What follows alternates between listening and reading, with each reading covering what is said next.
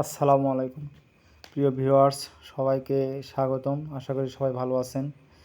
আজকে নতুন একটা ভিডিও নিয়ে আসলাম আপনাদের সামনে।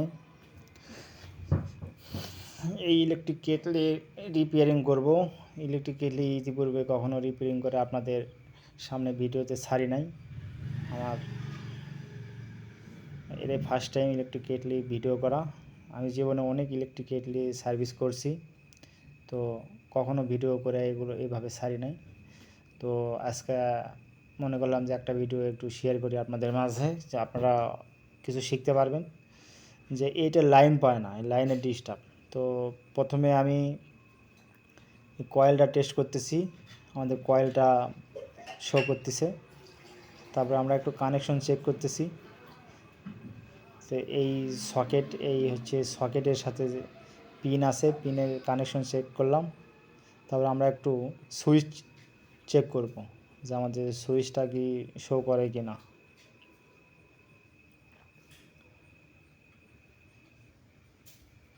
সুইচ খুলতেছি।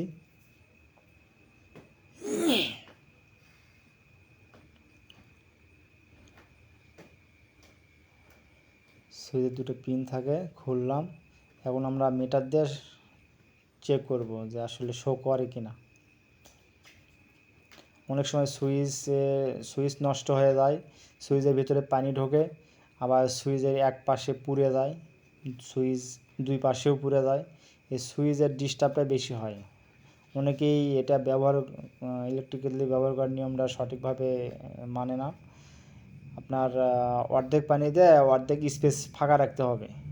তো পুরোটাই যদি আপনি পানি ভরায় দেন, তাহলে হচ্ছে বাষ্প হবে, বলকায়ে সুইচের ওখানে ছিদ্র আছে, ওই ছিদ্র দিয়ে সুইচের ভিতরে পানি ঢুকবে। পানি ঢুকলে সুইচের পিনটা পুড়ে যায়, আবার পানি ঢোকার কারণে কানেকশন ডিসকানেক্ট হয়ে যায়।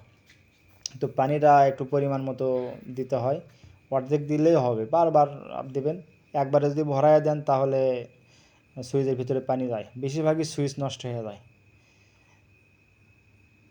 তো সুইচের ডিস্টার্বটাই বেশি হয়।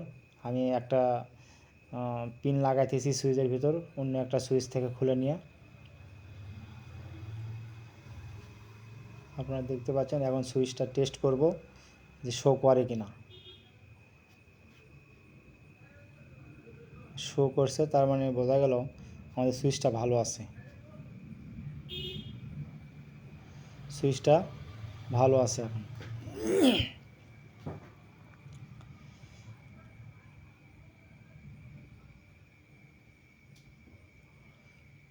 সুইচটা একটু লাগাই দিতেছি। এখন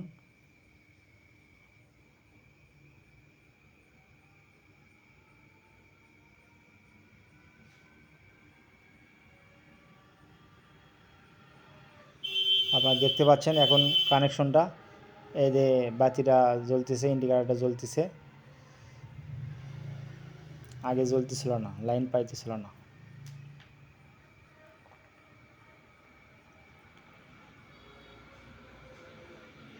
এখন আমরা কানেকশনটা আবার টেস্ট করব। যে লুজ পিন তো কানেকশন হচ্ছে ডিসকানেক্ট হয়ে যায় মাঝে মাঝে, এই জন্য আমরা আবার টেস্ট করতেছি।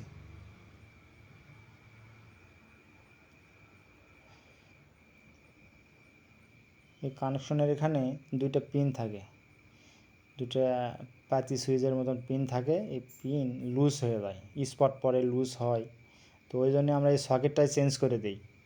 তো অনেকগুলো কাজও করে দেই, যেগুলো কাজ করার মতো অবস্থায় থাকে সেগুলো কাজ করে দিই। তো এটা আমি নিয়ত করলাম যে এটা আমি কাজ করে উঠাবো, এটাতে আমি চেঞ্জ করব না। তো সেই দৃষ্টিকোণ থেকে এটা আমি কাজ করে ওঠানোর জন্য একটু ট্রাই করতেছি। এ দেখেন, আপনারা দেখতে পাচ্ছেন লাইটটা ঠিকভাবে এখন স্থায়ী আছে। দেখতে পাচ্ছেন এই যে সংযোগটা, লাইনটা আসছে, এখন পরিপূর্ণ লাইন আছে, লাইনের আর ডিস্টার্ব নেই। তো বেশিরভাগই আমরা কাজ করে দিই, যেগুলো সকেট পুড়ে যায় সেগুলোতে শুধু চেঞ্জ করি। আর বেশিরভাগই এরকমভাবে আমরা কাজ করে লাইনটা সংযোগ করে দেই। লাইন যদি কখনো ডিসকানেক্ট থাকে, এই কেটলির যে সকেটটা আছে সকেটের কানেকশন ডিসকানেক্ট থাকে, আবার কেটলির সুইচের ডিসকানেক্ট থাকে, সুইচটাও কাজ করা যায়। তো এগুলো আসলে অনেকে হয়তো জানে না, অনেকে সুইচ শুধু চেঞ্জ করে দেয়, তো সুইচেরও কাজ করা যায়।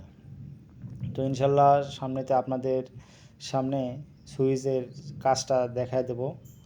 তো আজকে এটা একটু সংযোগ দিলাম, এখন পরিপূর্ণভাবে ফিটিং করব, স্ক্রুগুলো লাগায় ফিটিং করে দেব।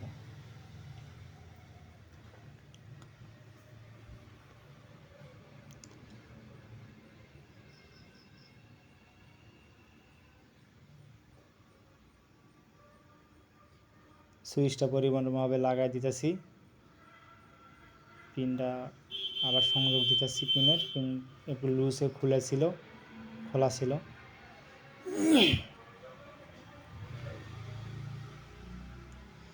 যদিও ওই ভিডিওটা একটু লং হয়ে গেছে।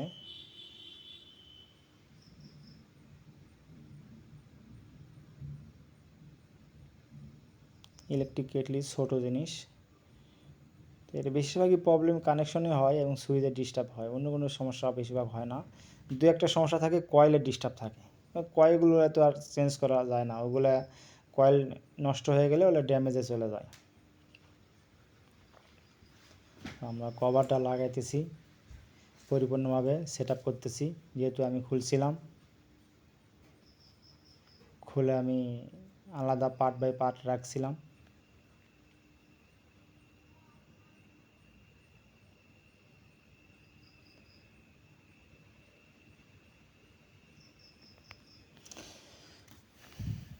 তো প্রিয় ভিউয়ার্স, আপনারা দেখলেন ইলেকট্রিক কেটলি লাইন না পাইলে কি করতে হয়। আপনার কানেকশনে দেখতে হয় এবং সুইচের কাজ করতে হয়। তো কানেকশনটা ঠিক থাকলে সুইচ দেখবেন, সুইচ যদি ভালো থাকে তাহলে কানেকশনে ডিস্টার্ব থাকে। তো সবাইকে ধন্যবাদ, আল্লাহ হাফেজ।